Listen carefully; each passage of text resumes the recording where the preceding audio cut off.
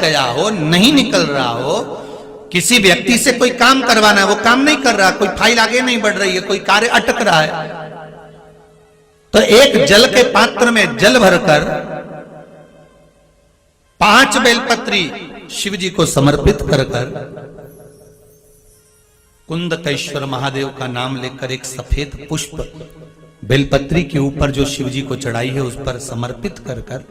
जल जो लेकर गए हो, अपनी उस कामना को कर कि मेरा ये कार्य अटक रहा है, ये कार्य नहीं हो रहा, कुंदकेश्वर महादेव का नाम लेकर धीरे धीरे जल की धार चढ़ाइए। और एक बात हमेशा याद रखना, फिर निवेदन कर रहे हैं, अच्छे से समझ लेना, शंकर जी पर जब जल चढ़ता है, शिव जी का जब अभिषेक होता है, शंकर जी पर जब जल चढ़ाया जाता है, दूध चढ़ाओ, जल चढ़ाओ, कुछ भी चढ़ाओ, पर एक बात का स्मरण अपने जीवन में होना कि इतने ऊपर से मत चढ़ाना कि जल चढ़े और छींटे आपके ऊपर। बहुत ध्यान दीजिएगा।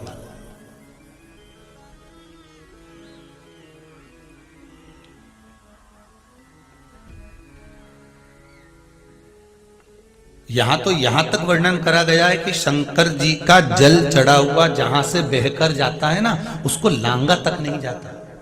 यहां लांगते हैं क्या? नहीं ना, परिक्रमा भी करेंगे तो वहीं से लौट कर वापस डर जाएंगे। शिव जी का जहां से जल बहकर जा रहा हो, चढ़ा हुआ जल जहां से बहकर जा रहा हो, उसको लांगा तक नहीं जाता। और कई लोग बड़े बड़े आनंद में शंकर जी पे इतनी ऊपर से जल चढ़ाएंगे तो वो छींटे पूरे अपने ऊपर आना चाहिए, शरीर पर आना चाहिए। नहीं नहीं, उसका दोष है हमारा, उसका दोष है।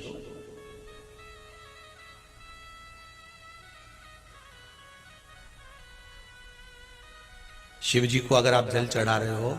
जैसे आप भगवान को अगर जल चढ़ाओ, दूध चढ़ाओ, तो मान लो अगर जैसे एक सरल भाषा में समझ लो और अच्छे से कि जैसे ये शिवलिंग है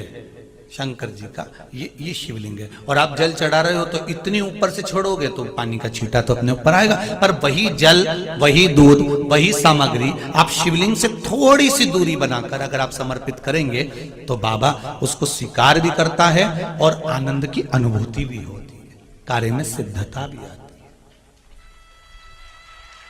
कार्य में उसकी सिद्धता भी।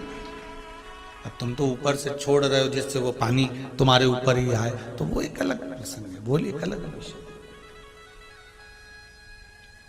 बहुत ध्यान देना महाराज, भगवान को कभी भी कोई भी सामग्री, जैसे भगवान के मंदिर में अगर फूल चढ़ाने जा रहे हो, भगवान के मंदिर में अगर पुष्प समर्पित करने जा रहे हो, तो